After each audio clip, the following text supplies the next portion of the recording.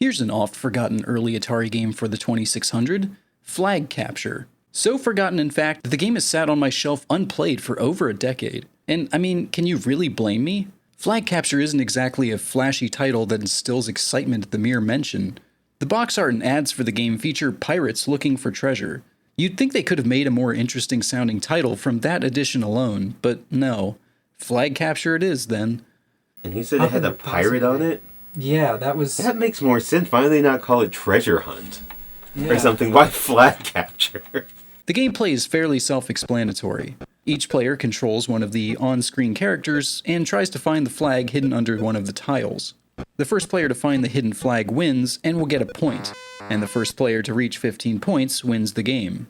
Pressing the button on one of the tiles will get you one of 3 results. The first is a clue that will help lead you to the flag's current location. This can either be an arrow that will give you the general direction of the flag's location, or a number that represents the number of spaces needed to travel to reach the flag, though with no clue as to which direction. The second thing is of course the flag itself, which will net you 1 point and reset both the player's position and the flag. The final thing you can find under a tile is a bomb. These will blow up the unlucky player and send them back to the starting point. Depending on the mode that you're playing, this is either a minor annoyance or a potentially serious setback. Mostly though, I kind of just find it funny. Some modes have the players taking turns moving and uncovering a tile, and some have you moving at the same time for a more frantic race. Since there's only one flag, keeping track of both your clues as well as your opponent's clues can be vital to finding it first. And there's a decent amount of, if you can, really look at both things at the clues at the same time. Yeah. You really can. That's how I got that last one. I was kind of let me start looking at both boxes that are revealed. Clues only appear for as long as you hold down the button, so you will need to be paying full attention if your friend's trying not to clearly broadcast their clue.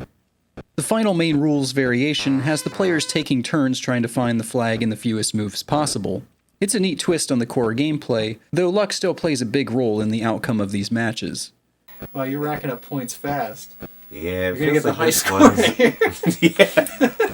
Flag Capture even features a single-player mode, something of a rarity for Atari games of this period, that has the player trying to find as many flags as possible within the time limit. It's kind of neat that this mode exists, but the multiplayer is definitely the best experience. Regardless of mode, the game can be a little unfair with its flag placement. There's nothing stopping it from just immediately spawning it right next to one of the players. Let's say it does really seem to be 3. If it's really only 3 away from me, how's that even fair? Oh. I think I know where it is. Nope, I didn't know where that was. I just tried. That is the first one.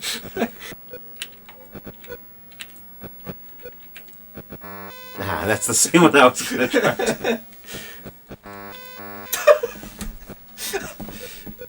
Yeah, sometimes you just get them. I just moved one space, looked for my clue, and it was the flag.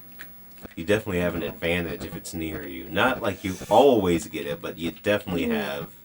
Go move! I was like, can we not run into each other? I was trying to move as well. I was like, what? And then there's the moving flag. So the game includes a mode where the flag itself remains on the move throughout the match. It'll move 1 space every time somebody presses the button to get a clue, and depending on the mode, will either bounce off the walls like the DVD logo or wrap around to the other side of the screen like an arcade game. When my friend Zayden and I first tried this mode, we had no idea what was going on. 1. Okay. Is it where moving? Is it? Well, because it said diagonal down. Yes, and then that thing said 1 1. again. So that means it has to be somewhere over. Here. Now How it's is 2 it 2? away. Now it's 3 from that. And 3 from there. Yeah, I have a feeling Is it's it moving. It's moving. It has to be. Yeah, I have a feeling it's moving, every few. I did go 2 game modes by accident. Once we figured out that it was moving, it still took us a while to figure out that there was a pattern to its movement. Probably should have tried to find an online scan of the manual first. But it is still. But it's still too. This is frustrating. I'm because the clues just don't seem to. So if it's 2 away and that says up, then it should be right here. But no, it's still up more. That's more than 2 away. But it says it's 1 away now. But who knows what direction? So yeah, that's basically it. Flag capture is not one of the more talked about classic Atari games, but I actually kinda like it. It's a fairly random affair at its core, but it's admittedly charming in its own way. It may very well go back on the shelf and remain unplayed for another decade, but I'm at least glad I tried it.